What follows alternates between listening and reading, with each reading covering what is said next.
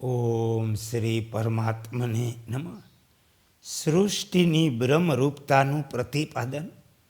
શ્રી વશિષ્ઠજી કહે, રઘુનંદન, તત્વજ્ઞાનીની દૃષ્ટિમાં કોઈ અજ્ઞાની છે નહીં. તે એકમાત્ર બ્રહ્મ સિવાય બીજી કોઈ વસ્તુને જોતો નથી. તેથી જેનું અસ્તિત્વ નથી એવા આકાશ વૃક્ષની જેમ અજ્ઞાની વિશે શું વિચારવું? અજ્ઞાનનું બોધ સ્વરૂપ આત્માની અંદર ભાસે, તેથી તે તેનું અધિષ્ઠાન છે. જગત અજ્ઞાનનું અંગ છે, તેથી અજ્ઞાન રૂપ છે. જેમ સ્વપ્ન અને સુષુપ્તિ બંને નિંદ્રાની અંતર્ગત હોવાથી નિંદ્રાના જ અંગ છે, એટલા માટે તેમને માત્ર નિંદ્રારૂપ કહી શકાય. એ પ્રમાણે જગતનું સ્વરૂપ પણ પોતાના અધિષ્ઠાન એવા પરબ્રહ્મ પરમાત્માથી ભિન્ન નથી. જેમ શુદ્ધ જળમાં લહેર, વમળ અને પ્રવાહિતા બધું જળ છે, તે જ પ્રમાણે બ્રહ્મમાં સૃષ્ટિ રૂપે બ્રહ્મ ભાસી રહ્યું. જેમ નિર્મળ વાયુમાં સ્પંદન, આવર્ત અને વિવર્ત વગેરેની પ્રતીતિ થાય, તે જ પ્રમાણે બ્રહ્મરૂપી વાયુમાં સૃષ્ટિરૂપી સ્પંદન પાસે. જેમ આકાશમાં અનંતતા, છિદ્રતા, શૂન્યતા વગેરે ધર્મ આકાશરૂપ છે, તેનાથી ભિન્ન નથી, તે જ પ્રમાણે સૃષ્ટિ પણ પરાત્પર બ્રહ્મરૂપ છે. જેમ નિંદ્રા આદિમાં સ્પષ્ટ રૂપે ઉપલબ્ધ થવા છતાં આ બધાય સ્વપ્નમાં પદાર્થો અસત છે, તે જ પ્રમાણે આ સૃષ્ટિના પદાર્થો પણ છે. સ્વતઃ તેમની સત્તા નથી. સત સ્વરૂપ પરમાત્મામાં ઉપલબ્ધ હોવાના કારણે તેનાથી ભિન્ન નથી.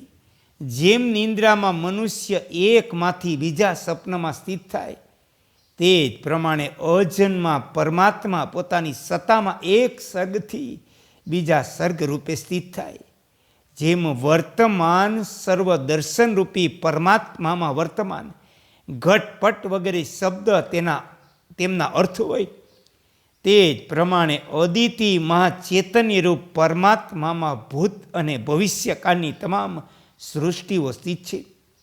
જેમ પરમાત્મામાં સૃષ્ટિરૂપી પરમાત્માની પ્રતીતિ થાય, તે જ પ્રમાણે ચૈતન્યમાં ચિન્મય શબ્દ અને તેમના અર્થ એવા સર્ગોની ચૈતન્ય દ્વારા પ્રતીતિ થાય.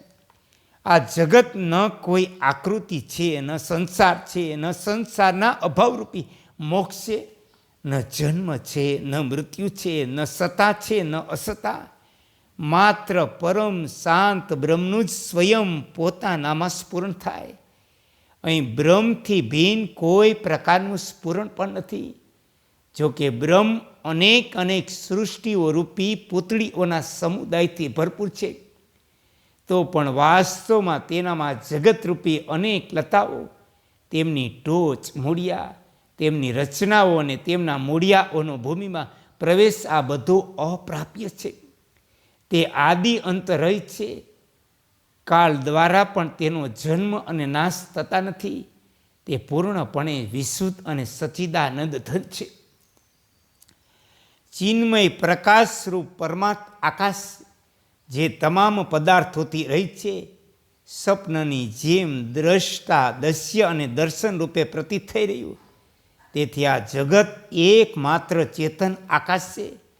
આકાશમાં બ્રહ્મવશ થનારી વૃક્ષોની સ્ફુરણા જેવી બ્રહ્મરૂપી સમુદ્રમાં જે નામ રૂપાત્મક જળબિંદુઓનું સ્ફુરણ થાય, તે જ આ સૃષ્ટિ.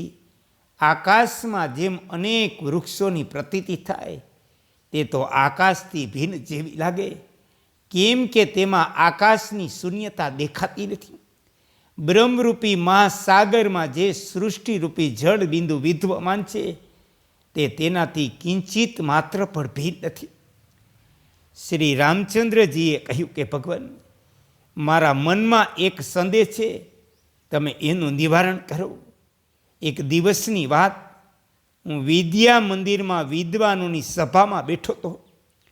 તે સમયે વિદેહ જનપથથી ત્યાં એક શ્રેષ્ઠ તપસ્વી શ્રી સંપન્ન વિદ્વાન બ્રાહ્મણ આવ્યો. આવીને તેણે તે બ્રાહ્મણ સભાને પ્રણામ કર્યા. પછી જ્યારે તે એક આસન પર બેઠો, ત્યારે મેં પણ ઉઠીને તેને પ્રણામ કર્યા અને પૂછ્યું કે બ્રહ્મન, તમે લાંબો રસ્તો ચાલીને આવ્યા છો, તેથી થાકી ગયા હશો, કોઈ વિશેષ પ્રયત્નમાં દેખાવ છો, જણાવો આજે ક્યાંથી તમારું શુભ આગમન થયું? બ્રાહ્મણે કહ્યું કે મહાભાગ, તમારી વાત સાચી છે. હું મારા ઉદ્દેશની સિદ્ધિ માટે પ્રયત્નશીલ છું. અહીં જે પ્રયોજનથી આવ્યો તે પણ સાંભળી લો. હું વિદેહ દેશનો બ્રાહ્મણ છું. વિદ્યા અધ્યયન કરી ચૂકો. મારા દાંત કુંદના ફૂલ જેવા ઉજ્જવળ, તેથી લોકો મને કુંદ દંત કહે. એક દિવસ મારા મનમાં સંસારથી વૈરાગ્ય થયો. હું ભ્રમના કારણે થતા કલેશની શાંતિ માટે દેવતાઓ, બ્રાહ્મણો, મુનીશ્વરોના સ્થાનોમાં ભ્રમણ કરવા લાગ્યો. ત્યારે શ્રી પર્વત પર એક તપસ્વીની ભેટ થતા તેઓ મને ગૌરી આશ્રમમાં રહેતા વૃદ્ધ તપસ્વી પાસે લઈ ગયા.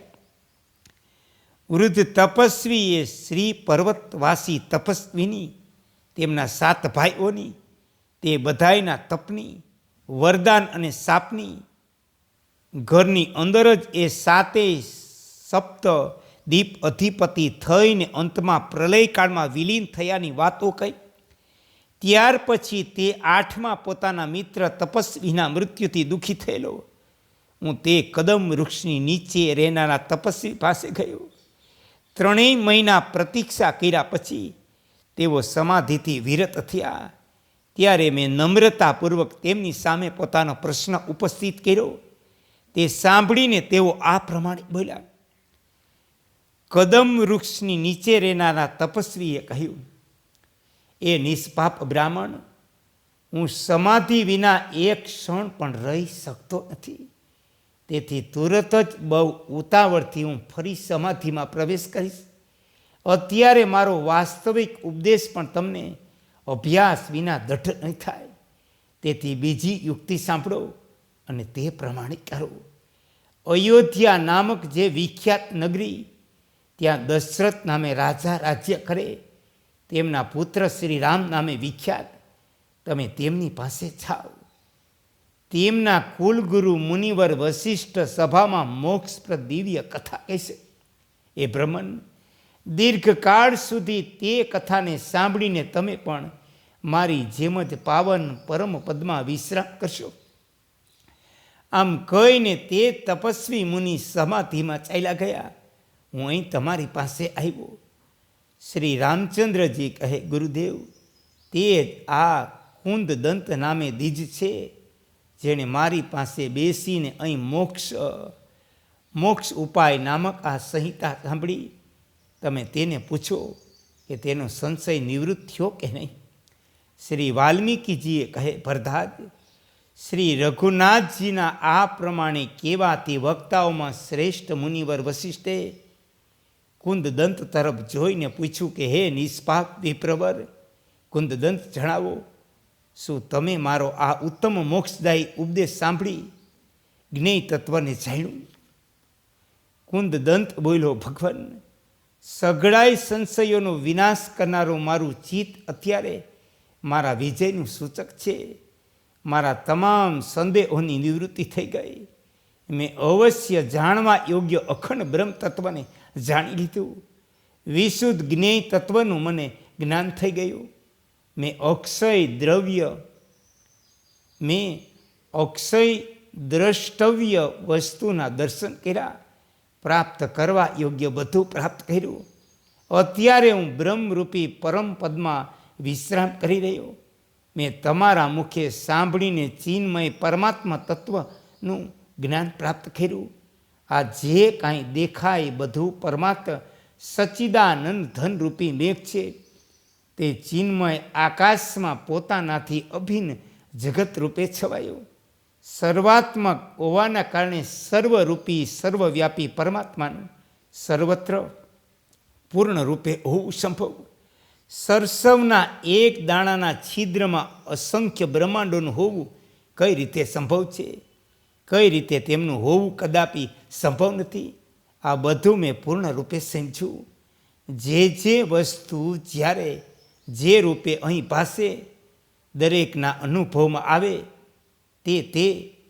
તે સમયે તે રૂપે માત્ર સર્વધન પરમાત્મા છે. આ પ્રમાણે વિચાર કરવાથી સિદ્ધ થાય કે બધું જ આદિ અંતરહિત એક નિત્ય વિજ્ઞાન આનંદ ધન પરબ્રહ્મ પરમાત્મા જ છે. ઓમ શ્રી વશિષ્ઠાય નમઃ. ઓમ શ્રી વશિષ્ઠાય નમઃ.